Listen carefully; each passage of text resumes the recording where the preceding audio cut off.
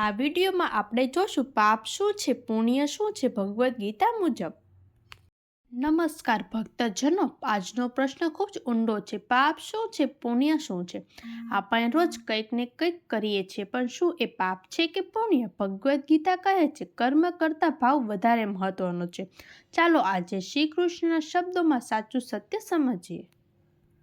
મોટા ભાગે આપણે માનીએ છીએ કે ખોટું કામ એટલે પાપ, પણ ગીતા કહે છે ખોટા ભાવથી કરેલું સાચું કામ પણ પાપ બની શકે છે।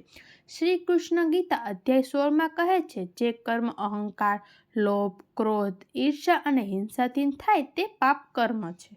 કામ, ક્રોધ અને લોભ નરકના 3 દ્વાર છે। ઉદાહરણ તરીકે દાન કરીને ફોટા પાડે છે, સત્ય બોલીને કોઈને અપમાન કરે છે, ભાવ શુદ્ધ ન હોય તો કર્મ પાપ બને છે।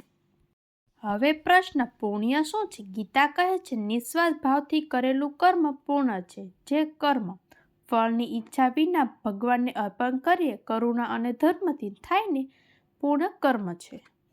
પાપ અને પુણ્ય બંનેનું ફળ મળે છે। પુણ્યથી સુખ, પાપથી દુઃખ। પણ શ્રી કૃષ્ણ એક મોટું સત્ય કહે છે, પાપ અને પુણ્ય બંને બંધન છે। એક સોનાની સાંકળ છે, બીજી લોખંડની, પણ બંધન તો બને છે। શ્રી કૃષ્ણ કહે છે બધા કર્મ ભગવાનને અર્પણ કરો, પણ અહંકાર વગર કરો, પણ ફળની ચિંતા વગર, ત્યારે કર્મ બંધન નથી બનાવતું। કલિયુગમાં સૌથી મોટું પુણ્ય શું છે? નામ સ્મરણ। પાપી પણ નામ લે તો પવિત્ર બને। મંત્ર છે હરે કૃષ્ણ કૃષ્ણ કૃષ્ણ હરે હરે, હરે રામ રામ રામ હરે હરે। ભગવાન કર્મ નથી જોતા, ભાવ જુએ છે। નિસ્વાર્થ જીવન જીવો, કર્મ ભગવાનને અર્પણ કરો, પાપ પુણ્યથી ઉપર ઉઠો, એ જ સાચી ભક્તિ છે।